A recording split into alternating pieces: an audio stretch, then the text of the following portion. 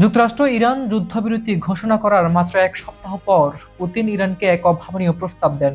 তিনি বলেন, ইরান যেন তাদের এই বিপজ্জনক ইউরেনিয়ামের মজুত রাশিয়ার স্থানান্তর করে।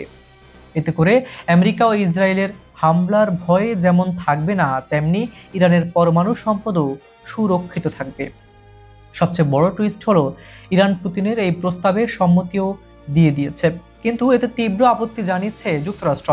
তারা কোনোভাবেই চায় না এই বিপুল ইউরেনিয়াম রাশিয়ার হাতে থাক। আর এই জটিল আন্তর্জাতিক সমীকরণ নিজের পক্ষে টানতেই চীন সফর গিয়ে শি জিনপিং এর সঙ্গে আলোচনা করেছেন ভ্লাদিমির পুতিন। চীন যদি এই ডিলকে সমর্থন দেয়, তবে বিশ্ব রাজনীতিতে আমেরিকার একাধিপত্য চিরতরে শেষ হয়ে যেতে পারে। যখন মধ্যপ্রাচ্য আর এশিয়া নিয়ে পরাশক্তিগুলো ব্যস্ত, ঠিক তখনই আমেরিকার একেবারে দোরগোড়ায় ক্যারিবিয়ান অঞ্চলে তৈরি হয়েছে এক নতুন যুদ্ধক্ষেত্র।